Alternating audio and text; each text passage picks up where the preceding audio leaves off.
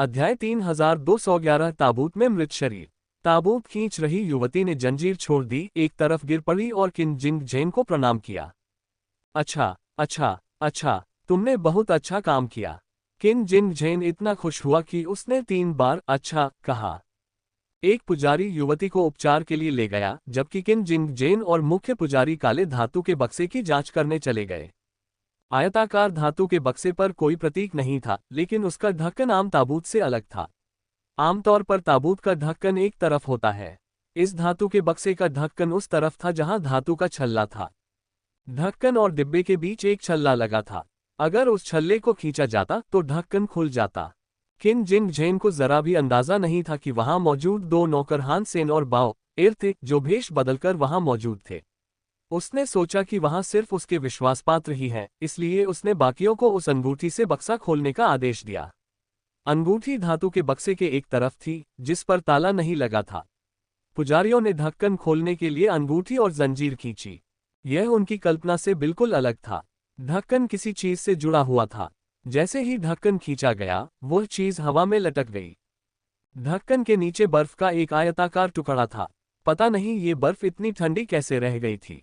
यह एकदम पारदर्शी लग रही थी, मानो एकदम क्रिस्टल हो।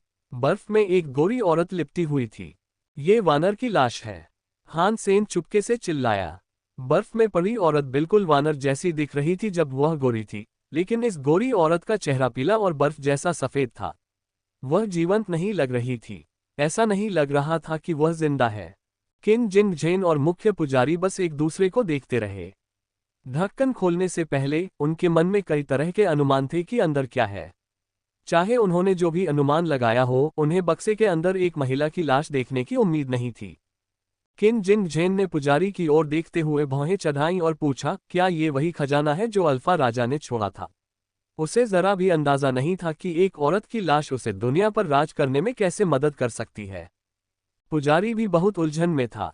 उसने एक व्यंग्यात्मक मुस्कान बिखेरी और कहा, अल्फा राजा तो किसी देवता जैसा चरित्र था। उसने ये शरीर क्यों छोड़ा? इसके पीछे कोई कारण जरूर होगा।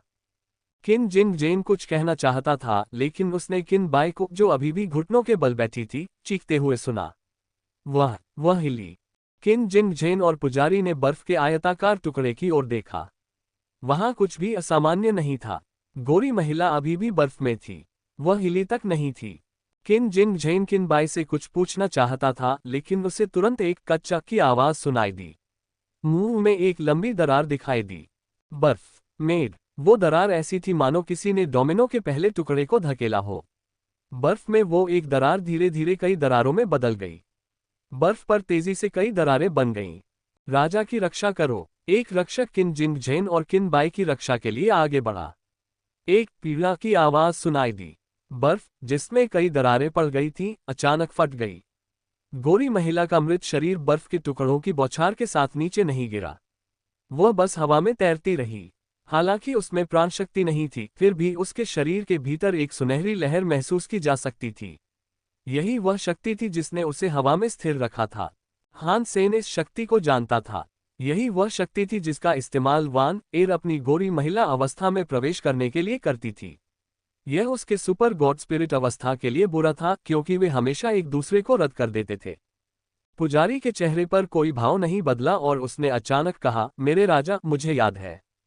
किंवदंतियों का दावा है कि जब अल्फा राजा का जन्म हुआ था, तो वह बिल्कुल भी अच्छा नहीं था।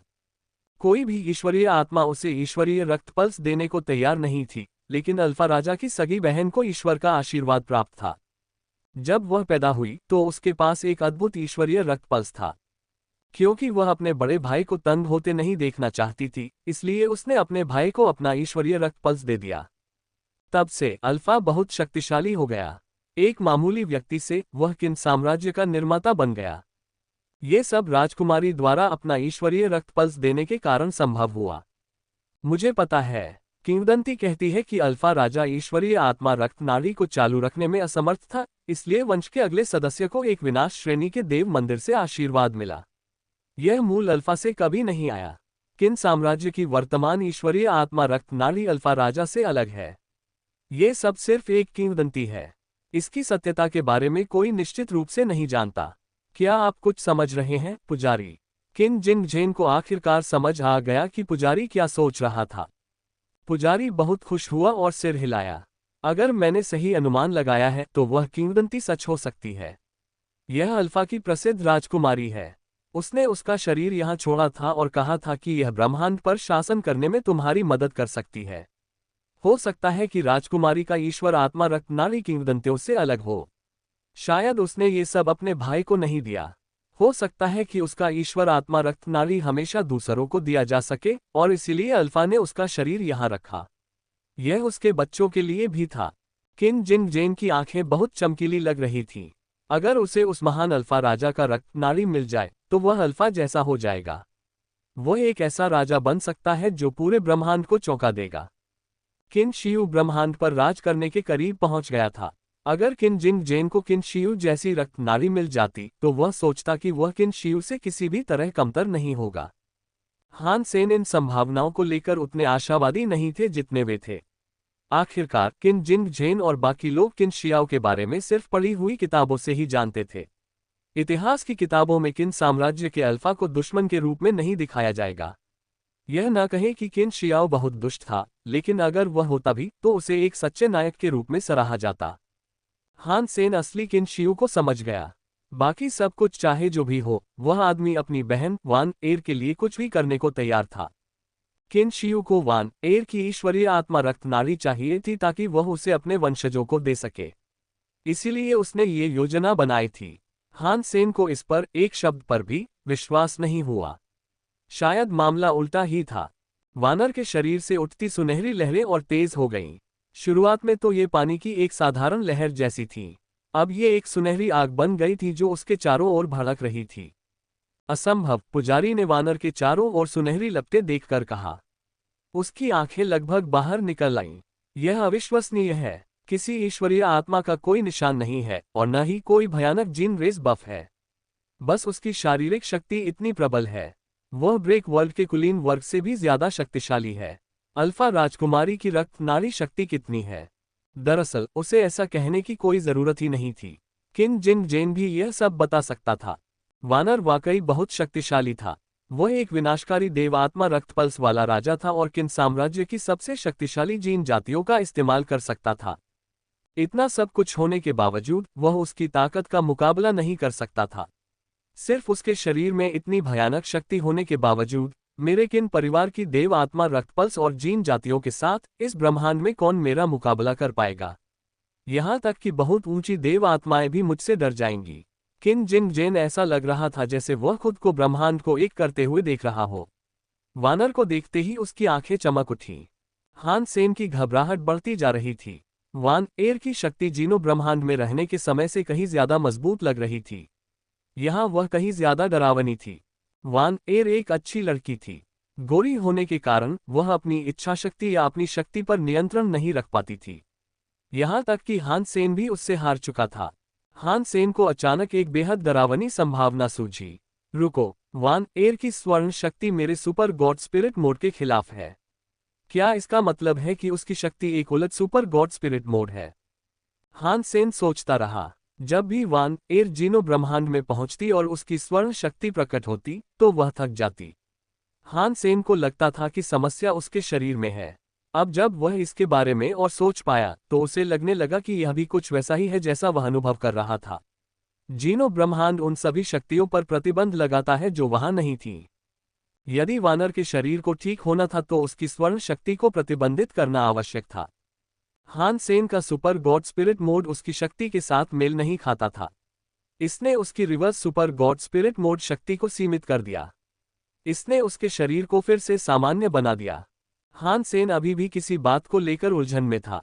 वान एर के पुनर्जन्म के बाद उसका शरीर डायन जाति का होना चाहिए था। वे जीनो ब्रह्मांड से थे। अगर वह जीनो ब्रह्मांड द्वारा प्रतिबंधित भी थी तो उसके पास पिछले जन्म की शक्तियां क्यों थीं?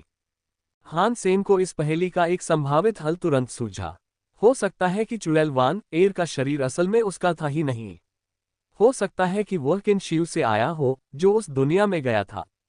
इस बारे में और सोचने के बाद हान सेन को लगा कि यह भी सही नहीं हो सकता। किन शियू की जीन प्रजाति विश्व राजा भगवान थी। उसकी शक्ति विश्व राजा भगवान की शक्ति के समान होनी चाहिए थी ताकि वह विश्व राजा भगवान के साथ मिलकर दुनिया को तोड़ सके। उसकी सुपर गॉड स्पिरिट मोड की शक्ति वर्ल्ड किंग गॉड की शक्ति नहीं थी। हान सेन को यह अजीब लगा। वह अभी इसे समझ नहीं पा रहा था, लेकिन एक बात उसे पक्के तौर पर पता थी। जिस गोरी महिला को वह देख रहा था वह असल में वानर थी, और शायद वह दोनों ब्रह्मांडों की दो वानर का मिश्रण थी। क्या इसका मतलब यह है कि जब विश्व राजा ईश्वर ने मुझे और वानर को उस सुरंग में डाला जो दो दुनियाओं को जोड़ती थी, तो उसका मकसद सिर्फ चुड़ैल वानर को खींचकर उसे उसके पिछले जन्म की वानर के साथ मिलाकर वानर को जिंदा करना था? हान सेन चौंक गया। उसे यकीन नहीं हो रहा था कि उसका अनुमान सही था।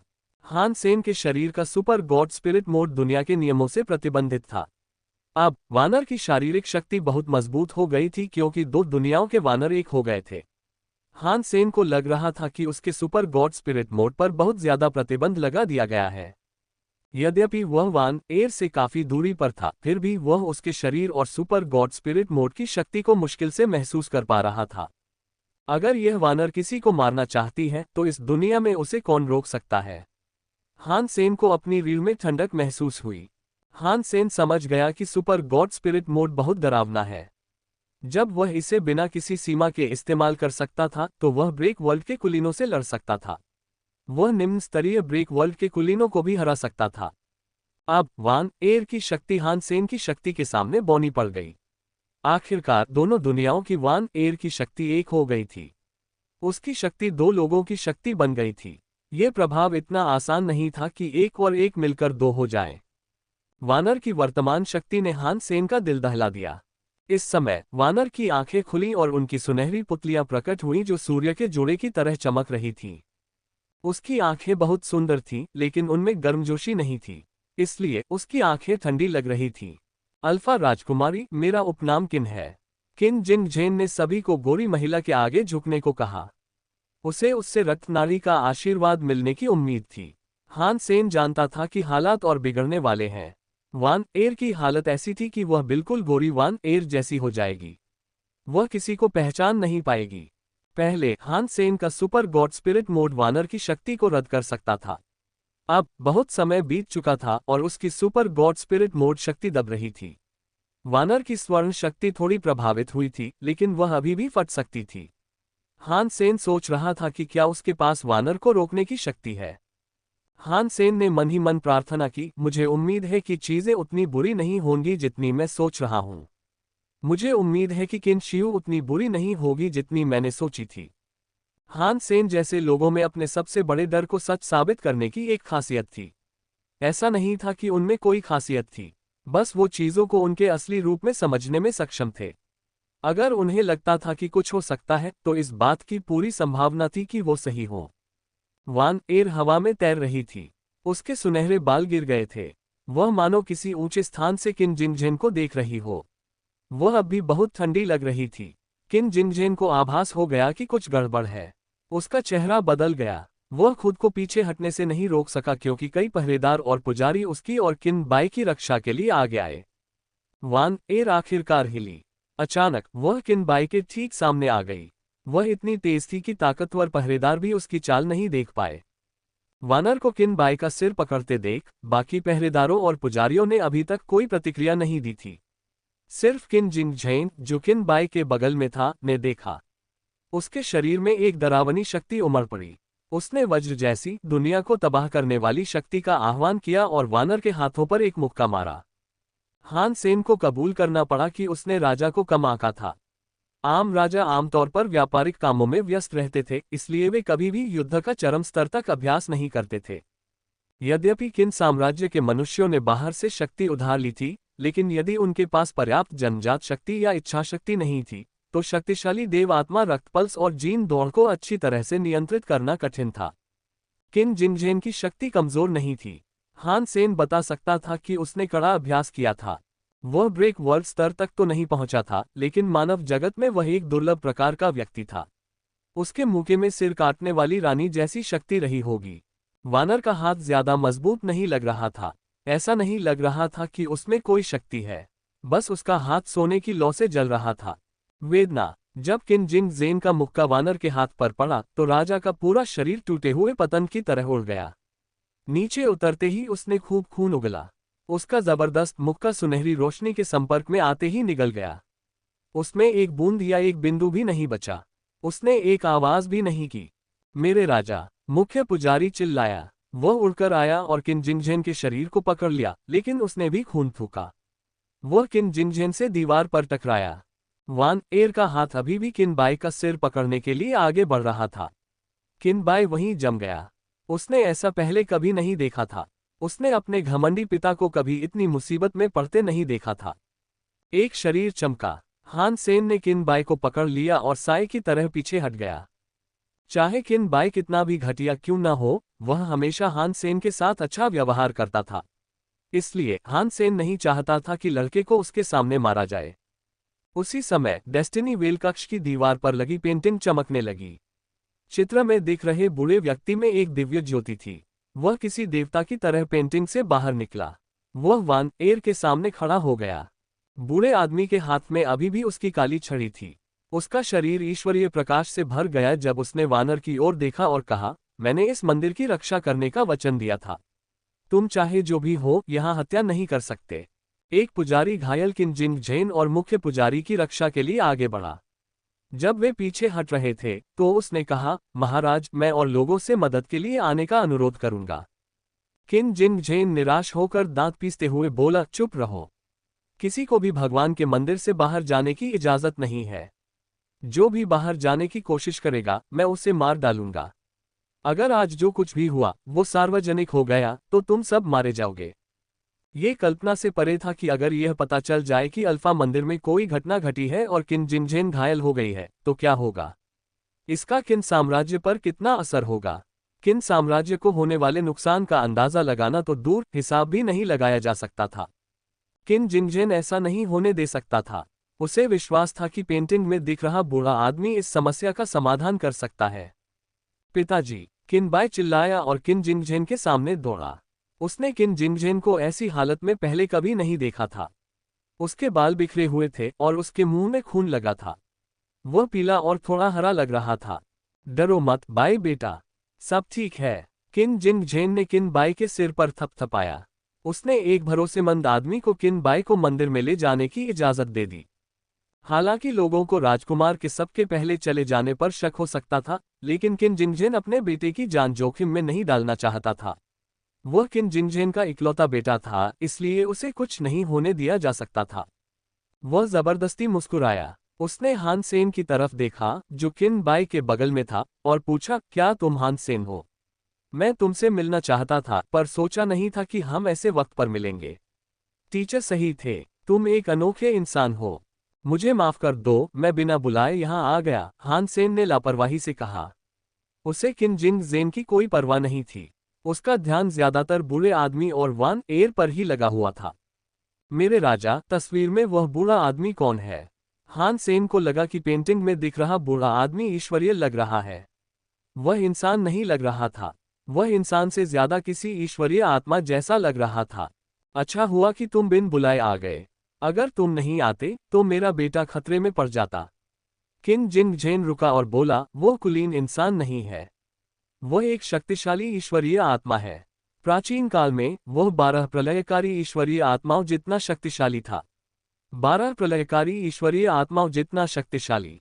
हान सेन चौंक गया। ऐसा ईश्वरीय आत्मा किसी देव मंदिर में न होकर किसी दूसरे देव मंदिर के अंदर एक चित्र में कैसे समा सकता है? किन जिंगझेन ने कुछ भी नहीं छिपाया। मैं वास्तव में नहीं जानता कि वह कौन है। मैं केवल इतना जानता हूं कि एक अल्फा राजा ने उसे मंदिर की रक्षा के लिए आमंत्रित किया था। किंवदंतियों का दावा है कि वह एक प्राचीन देवता है।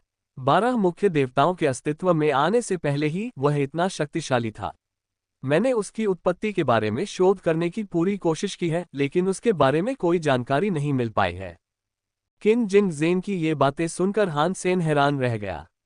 पेंटिंग में दिख रहा बूढ़ा आदमी साफ तौर पर बहुत शक्तिशाली था। जब हान सेन ने मोमेंट गॉड से लड़ाई की तो उसे असली ताकत का अंदाजा हुआ। यह आदमी उससे कहीं बढ़कर था। उन 12 विनाशक देव आत्माओं के अलावा केवल जीनो हॉल के अंदर का व्यक्ति ही इतना शक्तिशाली हो सकता था। चित्र में दिख रहा बूढ़ा व्यक्ति वह नहीं था। यदि ऐसी शक्तिशाली ईश्वरीय आत्मा का अस्तित्व था तो वह ब्रह्मांड के पुनः आरंभ होने से पहले से ही रही होगी। गॉड हॉल लीडर ने हान सेन को बताया था कि चूंकि ब्रह्मांड पुनः चालू हो गया था, इसलिए गॉड स्पिरिट की शक्ति से भरा आकाश कमजोर हो गया था। हान सेन मोमेंट गॉड को मारने में कामयाब तो हो गया था, लेकिन वह सबसे अच्छा मोमेंट गॉड नहीं था। ऐसा इसलिए था क्योंकि ब्रह्मांड पुनः चालू हो गया था। मोमेंट गॉड ने अभी तक वह गॉड पावर हासिल नहीं की थी जो एक एनिहिलेशन गॉड स्पिरिट में होनी चाहिए थी। चित्र में दिख रहा बूढ़ा आदमी शायद ब्रह्मांड के पुनः प्रारंभ से पहले का एक शक्तिशाली ईश्वरीय आत्मा था। ये स्पष्ट नहीं था कि उस पर पुनः प्रारंभ का कोई प्रभाव क्यों नहीं पड़ा। बहरहाल यही कारण था कि उसके पास इतनी डरावनी ईश्वरीय शक्ति थी। भले ही बूढ़ा आदमी सबसे शक्तिशाली विनाशक देव आत्मा था, हान सेन को नहीं लगता था कि वह वान एर को हरा सकता है जब वह उस मोड में थी।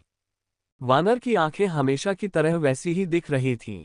ऐसा लग रहा था जैसे उसने पेंटिंग वाले बूढ़े आदमी की बात सुनी ही न हो। वह ऐसे तैर रही थी जैसे उसने पेंटिंग वाले बूढ़े आदमी को देखा ही न हो। दुनिया का अक्षांश और देशांतर तो बस एक तस्वीर है, बूढ़े आदमी ने गुस्से से कहा। ऐसा लग रहा था जैसे वह उसकी अज्ञानता से क्रोधित हो गया हो। उसने अपनी छड़ी हिलाई और एक चमत्कारी शक्ति वानर पर बरसाई। हान सेन ने जिकिन को एक ऐसी शक्ति का उपयोग करते देखा था जिससे वह कुछ बना सकता था और उस चीज को जीवंत बना सकता था, लेकिन उसने कभी किसी वास्तविक चीज को पेंटिंग बनते नहीं देखा था। चित्र में दिख रहे बूढ़े व्यक्ति से एक दिव्य प्रकाश निकल रहा था। मंदिर की हर चीज एक द्विआयामी चित्र बन गई। ऐसा लग रहा था जैसे पूरा दृश्य एक 2D एनीमे बन गया हो। सब कुछ बिल्कुल अवास्तविक था। वान एर, जिसके शरीर के चारों ओर सोने की आग थी, उस शक्ति से प्रभावित नहीं हुई। वह अभी भी तैर रही थी जब वह बूढ़े आदमी के पास पहुंची। उसके विरुद्ध इस्तेमाल की गई शक्ति का उस पर जरा भी असर नहीं हुआ। चित्र में दिख रहे बूढ़े व्यक्ति का चेहरा बदल गया। वह एक चित्रकार देवता था। ब्रह्मांड के पुनः आरंभ होने से पहले वह एक विनाशक देव आत्मा था। उस समय 12 से ज्यादा विनाशक देवात्माएं थीं, लेकिन वह गिर गया था और गॉड कैस पार्टी में शामिल हो गया था। अपनी आखिरी लड़ाई में वह ब्रह्मांड के विनाशकारी रीबूट से बचना चाहता था। वह एक ऐसे चित्र के अंदर छिप गया जिसमें अविश्वसनीय ईश्वरीय शक्ति थी। इसी तरह वह बच पाया। ब्रह्मांड के रीबूट से वह मिट नहीं गया।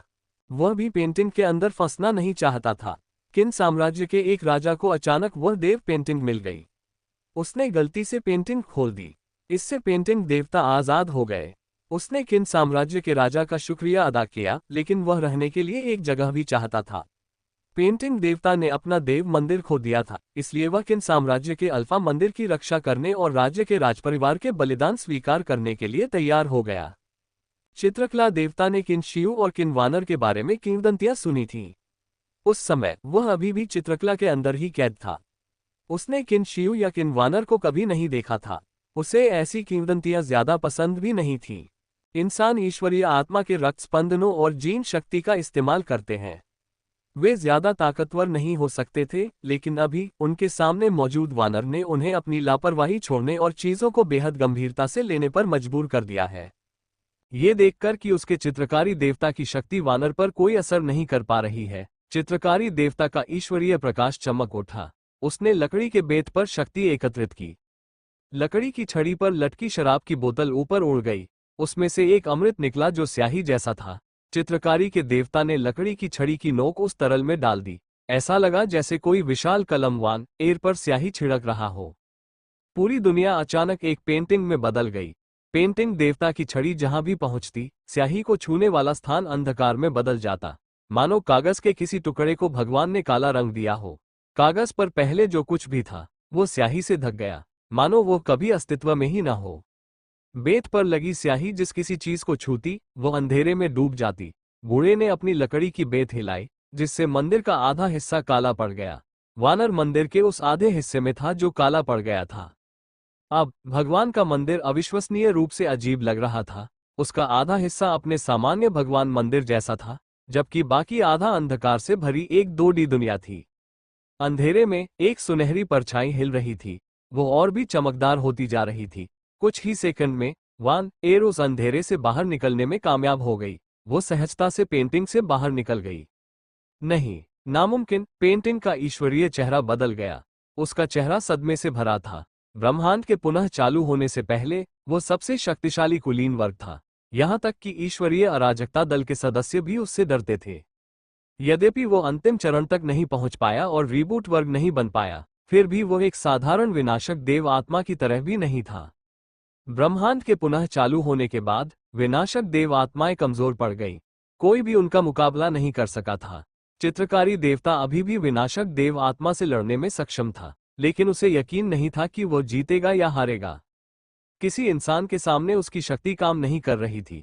ये समझ से परे था। वो आम देव आत्माओं से अलग था। उसके पास बस ईश्वरीय शक्ति थी।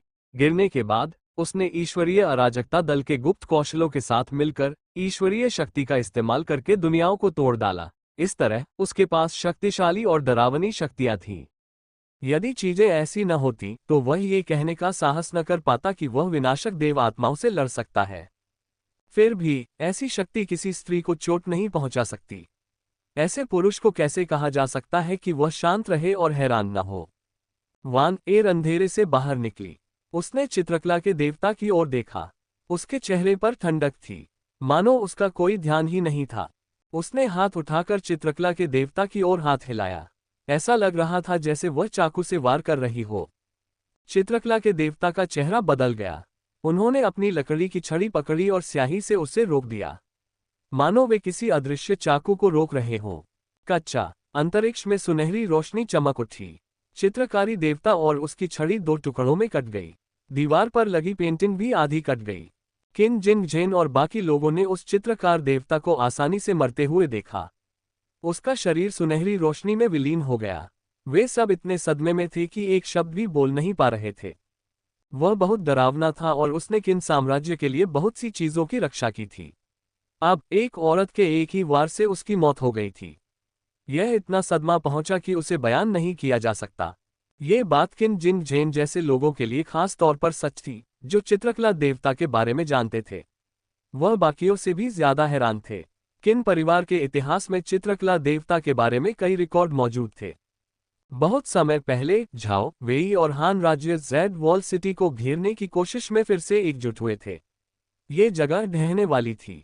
पेंटिंग में दिख रहे डरावने बूढ़े आदमी ने अपनी उंगली हिलाकर तीनों राज्यों के सेनापतियों को तुरंत खत्म कर दिया था। वे अंतरिक्ष में गायब हो गए थे। उसने किन साम्राज्य को गिरने से बचाया था। एक बार ऐसा हुआ जब किन साम्राज्य के कई अधिकारियों ने विद्रोह कर दिया था। वे किन साम्राज्य के एक बहुत ही युवा राजा को लगभग मार ही डालने वाले थे। रानी उस युवा लड़के के साथ मंदिर गई और अल्फा से सहायता के लिए प्रार्थना की। गद्दारों ने अल्फा मंदिर को घेर लिया था। उनमें से कई ऐसे कुलीन थे जो आसमान को झकझोर सकते थे। किन साम्राज्य अपना नाम बदलने वाला था। चित्र में दिख रहे बूढ़े व्यक्ति ने अपना परिचय दिया। उसने चित्र में अपनी बेत लहराए और कुछ दर्जन कुलीनों को तुरंत नष्ट कर दिया। इससे किन परिवार का वंश बच गया। ऐसे देवता की हत्या एक औरत ने की थी। किन जिंगजेन कैसे न डरे। छोड़ो, अल्फा मंदिर छोड़ो। किन जिंगजेन को अब ज्यादा परवाह नहीं थी। उसने सभी को मंदिर छोड़ने का आदेश दिया। अब बात यह नहीं थी कि किन साम्राज्य को कोई बड़ा नुकसान होगा या नहीं। अब बात थी अपने अस्तित्व को सुनिश्चित करने की। हान सेन भी भाग रहा था। वान एर ने जिस शक्ति का इस्तेमाल पेंटिंग गॉड को मारने के लिए किया था, वह ऐसी नहीं थी जिसे वह रोक सके। उसने खुद से इसकी पुष्टि करने के लिए कहा और उसने खुद से कहा कि वह नहीं कर सकता। दो ब्रह्मांडों के वान एर एक हो गए थे। शक्ति इतनी प्रबल थी कि कोई कल्पना भी नहीं कर सकता था कि वह कैसी होगी। हान सेन ने सोचा कि अगर गॉड हॉल लीडर उससे लड़ भी ले तो भी वह जीत नहीं पाएगा। बाहर खड़े अधिकारी और राजपरिवार के लोग अंदर क्या हो रहा है, इसकी जानकारी नहीं दे पा रहे थे। उन्होंने देखा कि पुजारी और सेवक भयानक दिखने वाले किन जिंग जेन की रक्षा करते हुए बाहर आ रहे हैं। मंदिर का बाईसेमा खोलो। किन जिंग जेन संकट में था, लेकिन वह घबराया नहीं। उसने बिना किसी आपत्ति के आदेश दे दिया।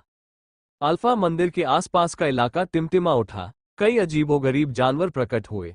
उन जानवरों की परछाइयां ड्रैगन जैसी थी, लेकिन वे ड्रैगन नहीं थे। उनकी संख्या 9 थी।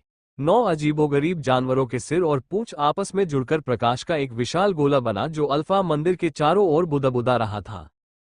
कच्चा एक सुनहरी रोशनी चमक उठी, मानो देवताओं को सजा देने के लिए इस्तेमाल किया गया कोई चाकू हो। ढाल बनाने वाले 9 अजीबोगरीब जानवरों की परछाइयां गायब हो गईं। सुनहरी रोशनी यही नहीं रुकी। उसने हमला जारी रखा। वान एर ने मानव निर्मित ग्रह में एक बड़ी दरार डाल दी। वो अंतरिक्ष में गई और ज़ेड वॉल सिटी के महल पर वार करके उसमें एक बड़ा छेद कर दिया। हमले के बाद पूरा जेड वॉल सिटी हिल गया। शुक्र है कि इस मानव निर्मित ग्रह पर सिर्फ अधिकारी ही थे, आम लोग वहां नहीं थे, वरना उस हमले में कई लोग मारे जाते। महल के डरावने कुलीनों ने किन जिंग जेन की रक्षा की जब वे अल्फा मंदिर से भाग रहे थे। हान सेन बाओ एर को अपने साथ ले गए और चले गए। उन्हें पूरा यकीन था कि वान एर को कुछ भी याद नहीं था। वो एक भावशून्य गोरी महिला बन गई थी जिस पर किसी भी चीज का कोई बंधन नहीं था। यहां तक कि सुपर गॉड स्पिरिट मोड भी नियंत्रित नहीं था। हान सेन गोरी वान एर को रोकने का कोई तरीका नहीं ढूंढ पाया। वो उड़ तो गया पर ज्यादा दूर नहीं जा पाया। हान सेन बहुत बुरा लग रहा था। वान एर किन जिंगजेन के पीछे नहीं गई। उसे पता ही नहीं चला कि कब, लेकिन वह अचानक उसके पीछे प्रकट हो गई। हे भगवान, यह क्या है? हान सेन चौंक गया। वो अब और दिखावा नहीं कर सकता था। किसी ने उसे ऐसा करते नहीं देखा, लेकिन उसने आकाश देवता का मुकुट बुलाया। उसने आकाश देवता के मुकुट का इस्तेमाल करके बाओ एर को अपने साथ धन के देवता के मंदिर में खींच लिया। धन के देवता का मंदिर स्वर्ण क्रिस्टल प्रणाली में था। यह जेड वॉल सिटी से कई प्रणालियों की दूरी पर था। वान र को उसका पीछा नहीं करना चाहिए था। हान सेन ने अभी धन के देवता के मंदिर में प्रवेश ही किया था कि वानर का शरीर धन के देवता के मंदिर के सामने प्रकट हुआ। मैं इतना बदकिस्मत नहीं हो सकता। हान सेन का चेहरा पीला पड़ गया। धन के देवता के मंदिर में सिर काटने वाली रानी प्रकट हुई। अपनी गिलोटिन को पकड़े हुए वह वानर पर चिल्लाए, कितनी नासमझ! धन के देवता के मंदिर में आने की तुम्हारी हिम्मत कैसे हुई? सिर काटने वाली रानी, रुक जाओ! हान सेन के पसीने छूट गए। सिर काटने वाली रानी शक्तिशाली थी, लेकिन वानर के सामने उसकी शक्ति कुछ भी नहीं थी। हान सेन को डर था कि वानर उसे एक ही वार में मार डालेगा। शायद वह इतनी जोर से मारी जाती कि उसका देव आधार फिर कभी नहीं संभल पाता। हान सेन के लिए कुछ भी कहने की बहुत देर हो चुकी थी। वानर ने अपना हाथ हिलाया। यह एक साधारण वार था। सिर काटने वाली रानी के सामने सोने की आग को आते देख हान सेन उसे बचाने में बहुत देर कर चुका था। बस जिट समय मानो रुक गया हो। यहां तक कि वानर पर जलती हुई सोने की लौ भी थम गई। उसी क्षण एक शरीर ऊपर आया और उसने डेकेपिटेशन क्वीन को पीछे खींच लिया। सोने की लौ आसमान में फूट पड़ी और अंतरिक्ष में बुझ गई। इसमें इतनी शक्ति थी कि आसपास के कई ग्रह नष्ट हो सकते थे। अंतरिक्ष अचानक अनगिनत रोशनियों से भर गया। हान सेन को लगा कि मामला बहुत नजदीक है, लेकिन मोमेंट गॉड ने मदद की। अगर वह मदद न करती तो डेकेपिटेशन क्वीन मारी जाती। उसके सुपर गॉड स्पिरिट मोड में एक मारक गॉड स्पिरिट शक्ति थी। वान एर के reverse super God spirit mode में भी कुछ ऐसा ही हो सकता था, इसलिए वो जोखिम नहीं उठाना चाहता था। हान सेन ने दांत पीस लिए। वो बाओ एर को, जो फिर से उसकी ही तरह दिखती थी, धन के देवता के मंदिर से दूर टेलीपोर्ट करने ले गया। मोमेंट गॉड की समय शक्ति का वानर पर ज्यादा असर नहीं हुआ, हालांकि उनकी मदद की गई थी। हान सेन वानर से लड़ना नहीं चाहता था। उसे दूर ले जाना था ताकि वह भगवान के मंदिर को नष्ट न कर दे। सुपर गॉड स्पिरिट मोड और वानर की शक्तियां पानी और आग की तरह थीं।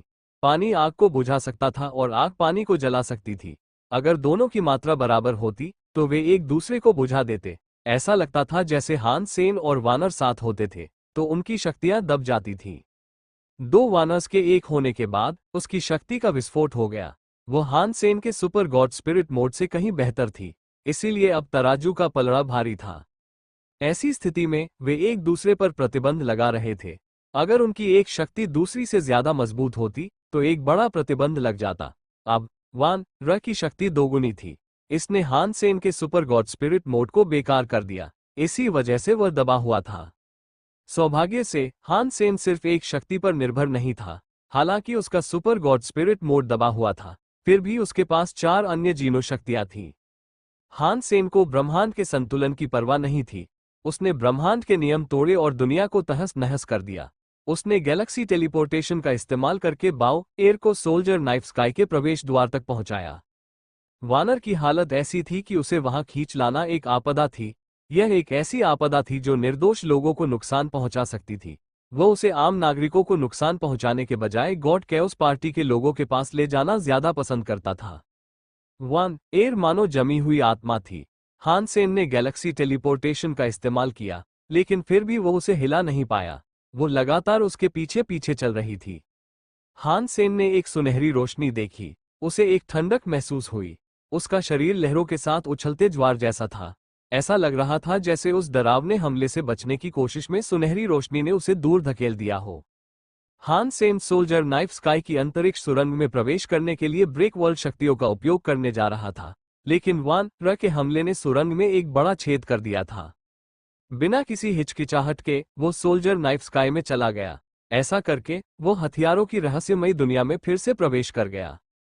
वान एर जल्दी से हान सेन के पीछे वहां चली गई। उसने कुछ नहीं कहा, उसने बस हान सेन के शरीर की ओर हाथ हिलाया। वो बहुत तेज थी। जब उसका हाथ नीचे आया तो ऐसा लगा जैसे वो पहले से ही हान सेन पर वार कर रही हो। उसके पास प्रतिक्रिया करने का समय ही नहीं था। सौभाग्य से हान सेन की युद्ध शक्ति पहले ही परावर्तन स्तर तक पहुंच चुकी थी। उसके मस्तिष्क की प्रतिक्रिया से पहले ही उसके शरीर ने सामान्य प्रतिक्रिया दी और उस भयावह हमले को चकमा दे दिया। हान सेन उदास हो गया। उसने वान एर पर चिल्लाते हुए कहा, मुझे लगा था कि हम दोस्त हैं। अगर तुम्हें मेरी याद नहीं आती तो कोई बात नहीं, लेकिन तुम्हें मेरे पीछे पड़े रहने की जरूरत नहीं है। वानर ने ऐसे व्यवहार किया जैसे उसने उसकी एक भी बात न सुनी हो। उसने फिर से अपना हाथ काट लिया। उस दुनिया में वान र से लड़ने वाले ज्यादा लोग नहीं थे। हान सेन का सुपर गॉड स्पिरिट मोड दबा हुआ था, लेकिन उसके पास युद्ध का भरपूर अनुभव और शक्ति थी। वान र उसे मार नहीं सका। हान सेन जानता था कि अगर ऐसा ही चलता रहा तो अंजाम अच्छा नहीं होगा। उसके पास या तो लड़ने का विकल्प था या फिर वान के पीछा से बचकर भागने का। वो वानर को मारना नहीं चाहता था, लेकिन वो वानर के हाथों मारा भी नहीं जाना चाहता था, इसलिए उसके पास भागने के अलावा कोई चारा नहीं था। वाला वाला बाओ र की जेब में कागज लगातार उछल कूद कर रहे थे। तभी अचानक उसकी किताब खुल गई। अंदर से एक कागज वाला बाहर निकला और हान सेन को डांटते हुए बोला, हान सेन, तुम तो कमीने हो। तुमने मुझसे वादा नहीं किया था कि तुम ज़ेड वॉल सिटी नहीं छोड़ोगे। क्या तुम्हारी ये बकवास है? तुम ज़ेड वॉल सिटी छोड़कर उस कमबख्त सोल्जर नाइफ स्काई में आ गए। सोल्जर नाइफ स्काई में आना तो ठीक है, लेकिन तुम मास्टर बाओ र को यहां ले आए। तुम एक मिनट के लिए चुप क्यों नहीं हो जाते? हान सेन ने कदम बढ़ाया और वानर के अगले हमले से बच निकला। उसने कागज वाले रॉकी डी से कहा, मैं भी यहां नहीं आना चाहता था, लेकिन किसी चीज ने मुझे यहां मजबूर कर दिया। मेरे पास कोई विकल्प नहीं था। तुम्हें ऐसा करने पर किसने मजबूर किया? रॉकी डी ने पूछा। तभी वानर का हाथ हिला। जमीन में एक अथाह खाई बन गई, जो हथियारों से भरी थी। कई डरावने हथियार नष्ट हो गए। खाई के आसपास मौजूद हथियारों ने कोई प्रतिक्रिया नहीं की। उन्होंने कोई जवाबी हमला नहीं किया, कुछ भी नहीं किया। वे बस ऐसे कांप रहे थे मानो वे भेड़ें हों और बाघ से भिड़ रही हों। रॉकी डी का चेहरा बदल गया जब वो चिल्लाया, यह क्या है? मुझे नहीं पता वो कौन है। मुझे बस इतना पता है कि वो मुझे मार डालना चाहती है। वो पहले ही हर जगह मेरा पीछा कर चुकी है। तो तुम क्या सुझाव देते हो कि मुझे क्या करना चाहिए था? क्या तुम्हारे पास कोई और बेहतर उपाय है? हान सेन ने चकमा देते हुए इधर उधर उड़ते हुए कहा। इतना डरावना इंसान कैसे हो सकता है? रॉकी डी ने ठंडे स्वर में पूछा। तुम डरावने लोगों के लिए चुंबक हो। मैं तो बस यही मान सकता हूं कि तुम्हारी किस्मत बहुत खराब है। मुझे क्या करना चाहिए? अगर तुम इस उलझन का कोई हल नहीं सोच सकते तो मैं खुद ही कोई हल निकाल लूंगा। हान सेन सोल्जर नाइफ स्काई में गहराई तक उड़ गया।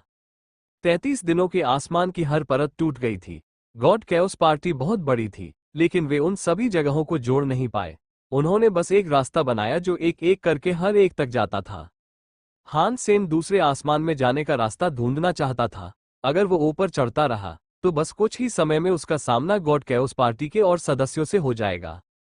यदि स्काई किंग लीडर जैसे कुछ लोग होते और वे वान एर को रोकना चाहते तो शायद हान सेन बच सकता था। रॉकी डी समझ गया कि हान सेन क्या करने वाला है। वो बेहद उदास होकर बोला, तुम्हें जरूर मौत की इच्छा होगी। अगर तुम इसे ठीक से नहीं संभालोगे तो तुम दोनों के दुश्मन बन जाओगे। तुम्हारा मर जाना ठीक है, लेकिन मास्टर बाओ र को अपने साथ मत जाने देना। हान सेन को रॉकी डी की किसी भी बात की परवाह नहीं थी। वो सोल्जर नाइफ स्काई में गैलेक्सी टेलीपोर्टेशन का इस्तेमाल करता रहा। हर बार जब वो टेलीपोर्ट करता तो ज्यादा दूर नहीं होता था। वो दूसरे आकाश की ओर जाने वाले रास्ते या सुरंग से चूकना नहीं चाहता था। रॉकी डी का असली शरीर पेपर गॉड मंदिर में था। वो उदास था। उसके लिए नेता को हान सेन को मारने के लिए किसी और को ढूंढने के लिए मनाना मुश्किल था। अब हान सेन उनके पीछे जा रहा था। उसके पीछे भी कोई बेहद शक्तिशाली व्यक्ति था। रॉकी डी ने ब्रह्मांड के पुनः प्रवर्तन का अनुभव किया था। वो 2 लोकों का देवता था, लेकिन उसने पहले कभी इतना शक्तिशाली इंसान नहीं देखा था। उस जमाने में तो किन कसियों भी इतनी डरावनी नहीं थी। ये औरत कौन है? रॉकी डी ने भौहें चढ़ाई और सोचने लगा। उसे हान सेन की जान की परवाह नहीं थी, लेकिन उसे बाओ एयर की जान की परवाह करनी थी। हान सेन इस समस्या को गॉड कैओस पार्टी के सामने लाने की कोशिश कर रहा था। उसका नेता ऐसा व्यक्ति नहीं था जिसे हान सेन को उकसाना चाहिए था। अगर हान सेन ने हालात को ठीक से नहीं संभाला तो दोनों पक्षों द्वारा उस पर हमला हो सकता था, फिर उसकी मौत और भी जल्दी हो जाती। आर कागज वाले ने जो वीडियो भेजा था उसमें रॉकी डी ने हान सेन को दूसरे आसमान के दरवाजे पर पहुंचते देखा। उसका चेहरा बदल गया। उसने दांत पीसते हुए कागज के देवता के मंदिर को छोड़ दिया। हथियार देवता के मारे जाने के बाद सैनिक चाकू आकाश को राज्य पर कब्जा करने के लिए कोई नया देवता नहीं मिला। गॉड कैओस पार्टी के कुछ सदस्यों ने हान सेन को देखा, लेकिन उनके पास उसे रोकने की शक्ति नहीं थी। उन्होंने हान सेन को दरवाजे से भागते और दूसरे आकाश में प्रवेश करते देखा। दूसरे आकाश का दृश्य सैनिक चाकू वाले आकाश से अलग था। वहां समुद्र या पहाड़ जैसे हथियारों के ढेर नहीं थे।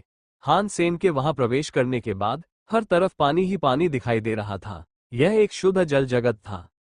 वहां न जमीन थी न हवा, वो पूरी दुनिया पानी से भरी थी। वहां का पानी थोड़ा अजीब लग रहा था। वो सिर्फ एक रंग का नहीं था, सभी तरह के तरल रंग एक में मिले हुए थे, मानो कोई रंगीन इंद्रधनुषी तरल दुनिया हो। हान सेन ने एक्सट्रीम किंग राजकुमार की जल प्रधानता को आत्मसात कर लिया था, इसलिए वो जल शक्तियों से अपरिचित नहीं था। पानी में उसकी गति पर कोई नकारात्मक प्रभाव नहीं पड़ा। वो एक मछली की तरह लग रहा था जिसे पानी पिलाया गया हो।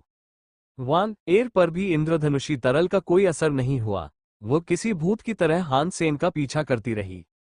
मुझे आश्चर्य है कि दूसरे आकाश का रक्षक मंदिर कहाँ है, हान सेन ने सोचा। सोल्जर नाइफ स्काई में हान सेन को हथियार देवता को आश्चर्यचकित करने के लिए इंच ग्रे तलवार निकालनी पड़ी, वरना सोल्जर नाइफ स्काई इतना बड़ा था कि हथियार देवता को पता ही नहीं चलता कि वो और उसका दल बिना ऐसा किए सोल्जर नाइफ स्काई में घुस गए हैं। हान सेन ने पानी में आगे बढ़ने के लिए गैलेक्सी टेलीपोर्टेशन का इस्तेमाल किया। भले ही उसे कोई देव मंदिर न मिला हो, लेकिन तीसरे आसमान तक जाने वाला रास्ता ढूंढना भी ठीक था। हान सेन ने सोचा कि प्रत्येक क्षेत्र का दमनकारी देव मंदिर संभवतः निकास बिंदु होगा। उसका आकाशगंगा टेलीपोर्टेशन खत्म हो गया। हान सेन को अचानक लगा कि उसका शरीर किसी चीज से फंस गया है। उसने इधर उधर देखा, लेकिन उसे कोई जीव नजर नहीं आया। हर जगह अभी भी तरल पदार्थ था। वो समुद्र के उस हिस्से में था जहां बैंगनी रंग का तरल पदार्थ था। हान सेन ने गौर से देखा और समझ गया कि समस्या क्या थी। बैंगनी तरल पदार्थ एक विशाल वेल जैसा था। वो वेल के दिमाग में फंस गया था। शायद हान सेन की मौजूदगी की वजह से ऐसा हुआ था, लेकिन वेल के आकार का बैंगनी तरल पदार्थ हिलने लगा। उसने अपनी पूंछ हिलाई और तैरने लगा। बैंगनी तरल वेल होने के बावजूद वो असली वेल जैसी दिख रही थी। इस जलीय दुनिया के आकाश में सभी जीव तरल जीव ही लगते हैं। हान सेन अब पूरी तरह समझ गया। बैंगनी तरल वेल ने अभी तैरना शुरू ही किया था कि सुनहरी रोशनी चमकने लगी। सुनहरी रोशनी से वेल का शरीर कट गया। ढेर सारा बैंगनी तरल चारों तरफ रिसने लगा। हान सेन गैलेक्सी टेलीपोर्टेशन का इस्तेमाल करने में बहुत देर कर चुका था क्योंकि वह फंस गया था। अब वो बच नहीं सकता था, इसलिए उसे अपनी इंच ग्रे तलवार निकालनी पड़ी। उसने सोने की रोशनी को रोकने के लिए ब्रेक वर्ल्ड पावर पैदा की। डोंग! सुनहरी रोशनी इंच ग्रे तलवार पर पड़ी। हान सेन को लगा कि एक अजेय शक्ति उसकी ओर आ रही है, मानो उसे बुलेट ट्रेन ने टक्कर मार दी हो। उसका शरीर स्प्रिंग की तरह था और वो उड़ गया। सौभाग्य से इंच ग्रे तलवार बहुत अजीब थी। सुनहरी रोशनी की वजह से वो टूटी नहीं। इसके अलावा हान सेन दूसरों की शक्तियां उधार लेकर उन्हें अपने लिए इस्तेमाल करने में माहिर था। उस शक्ति के उस पर उड़ते हुए उसने उसे ले लिया और नॉकबैक को आगे भेज दिया। हान सेन ने सोचा, इस तरह भागना सबसे आदर्श तरीका नहीं है। अगर मैं वान एयर का ध्यान गॉड कैओस पार्टी पर केंद्रित नहीं करवा पाया तो मैं उससे बच नहीं पाऊंगा। वो सोच ही रहा था कि तभी उसने पानी की गहराइयों से एक अजीब सी इमारत को उछलते हुए आते देखा। पानी की दुनिया के बीचों बीच एक क्रिस्टल जैसा महल था। वह न तो आसमान को छू रहा था और न ही जमीन को, बस पानी में तैर रहा था।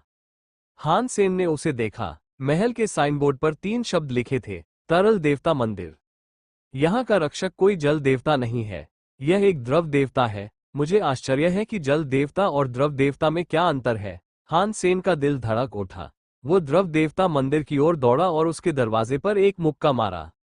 वेदना! हान सेन की ब्रेक वर्ल्ड शक्ति कोई आक्रमणकारी शक्ति नहीं थी, लेकिन लिक्विड गॉड मंदिर का दरवाजा और उसके आगे का छोटा हॉल टूट गया था। मेरे देव मंदिर को किसने तोड़ा? देव मंदिर के अंदर से एक क्रोधित आवाज आई।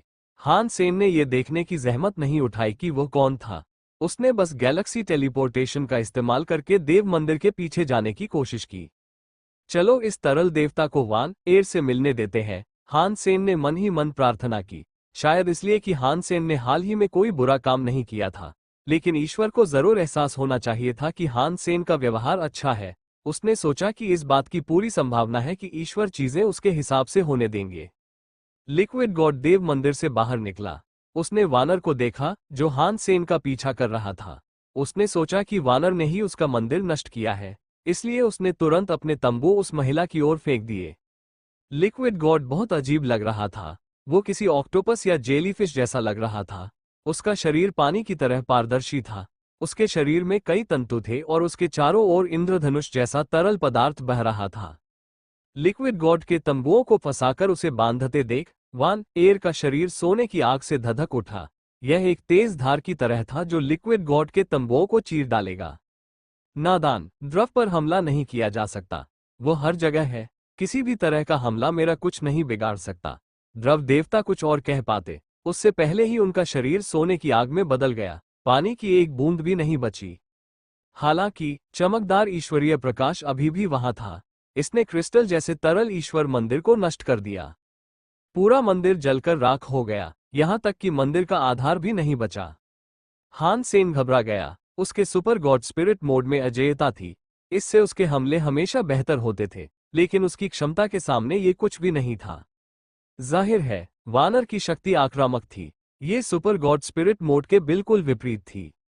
अब से हान सेन के हाथ में इंचग्रे तलवार के अलावा उसे नहीं लगता था कि कोई और वस्तु अस्तित्व में है जो उसे वानर द्वारा किए गए हमले से बचा सकती है।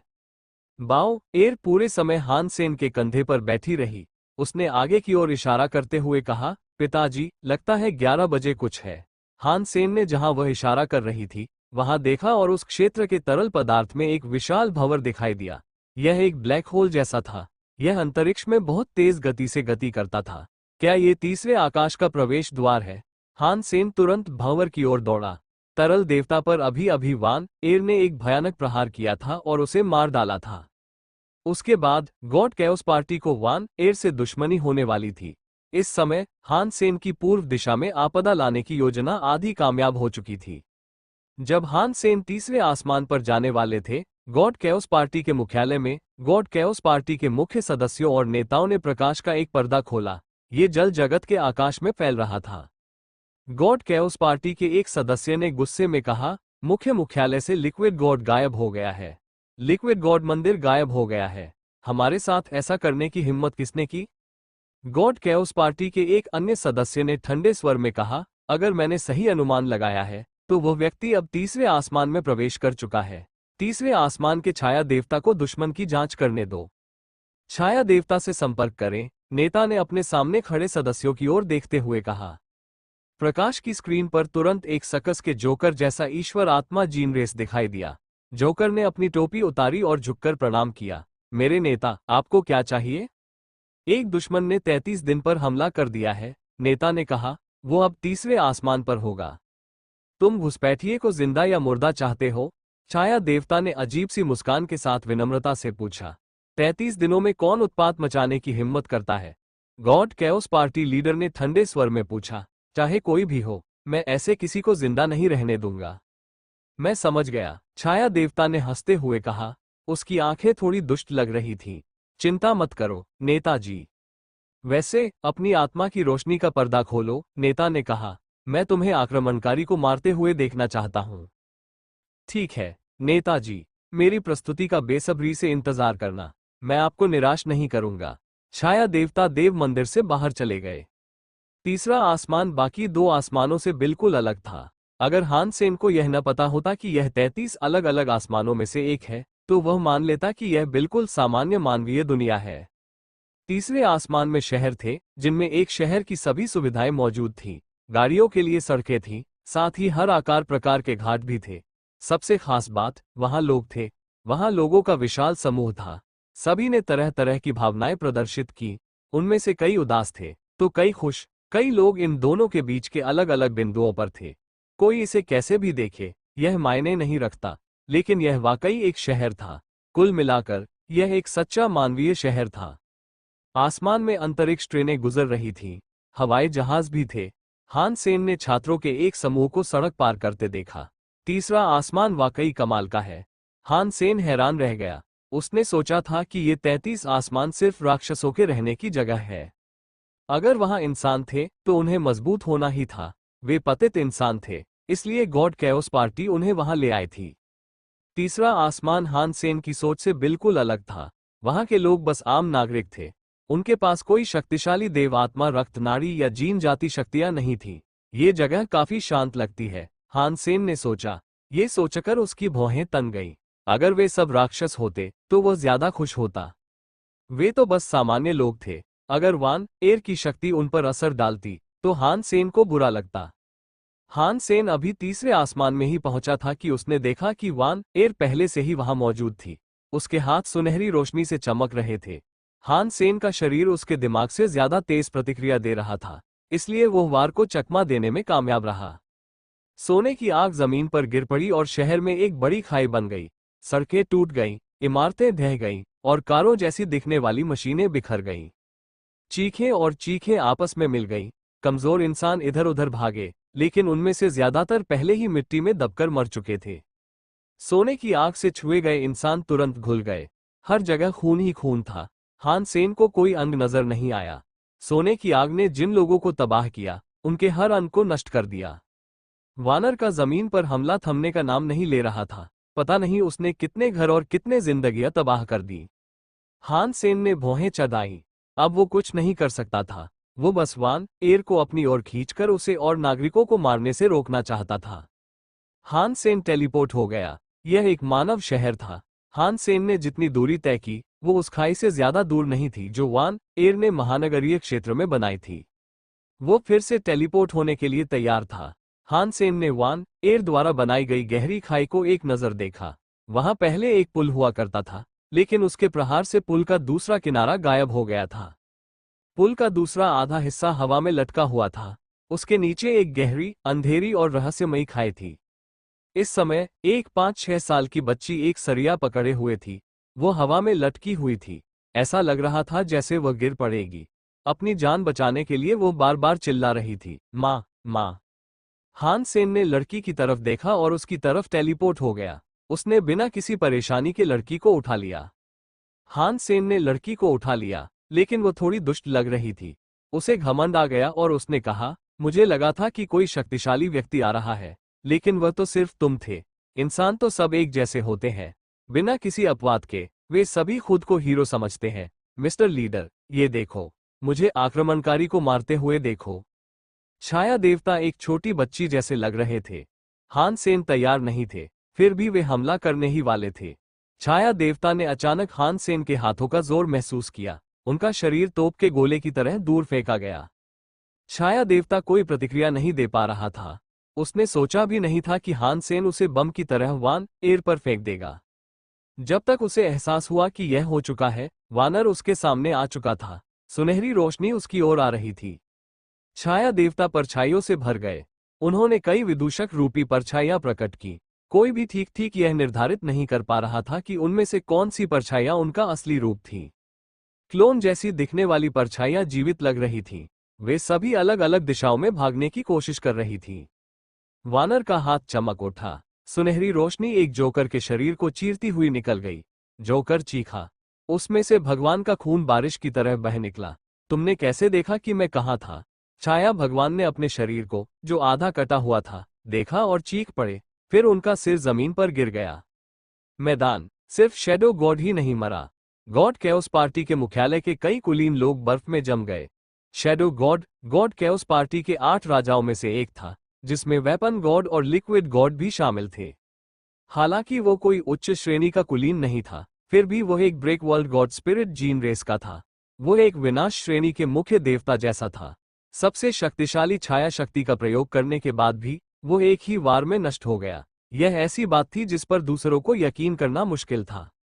वो औरत कौन थी? उसके पास इतनी डरावनी शक्ति क्यों थी? इंसानों के पास ऐसा कुलीन वर्ग कब से आ गया?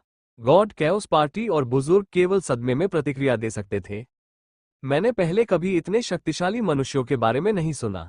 वो कौन है? वो कैसी शक्ति थी?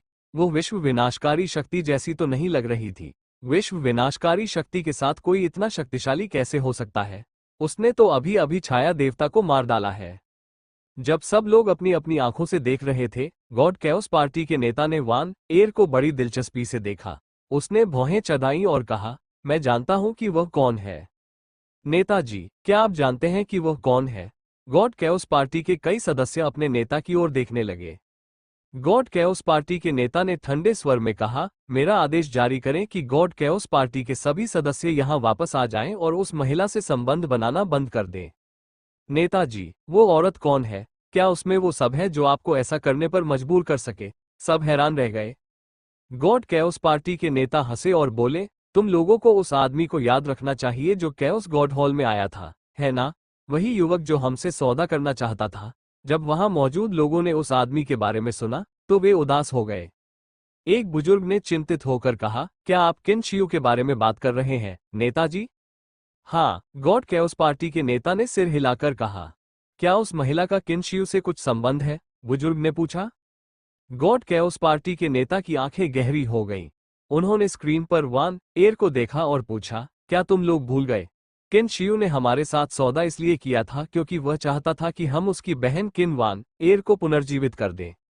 सबके शरीर स्तब्ध रह गए। उन्हें यकीन ही नहीं हो रहा था कि उन्होंने अभी अभी क्या सुना था। एक बुजुर्ग चिल्लाया, असंभव, उसकी छोटी बहन मर चुकी है। उसे जिंदा नहीं किया जा सकता। जब तक यह असंभव नहीं है। गॉड कैओस पार्टी के नेता ने ठंडे स्वर में कहा, यह पूरी तरह असंभव नहीं है। अभी हम जानते हैं कि किन शियाओ सफल हुआ। वो वाकई एक जबरदस्त इंसान था।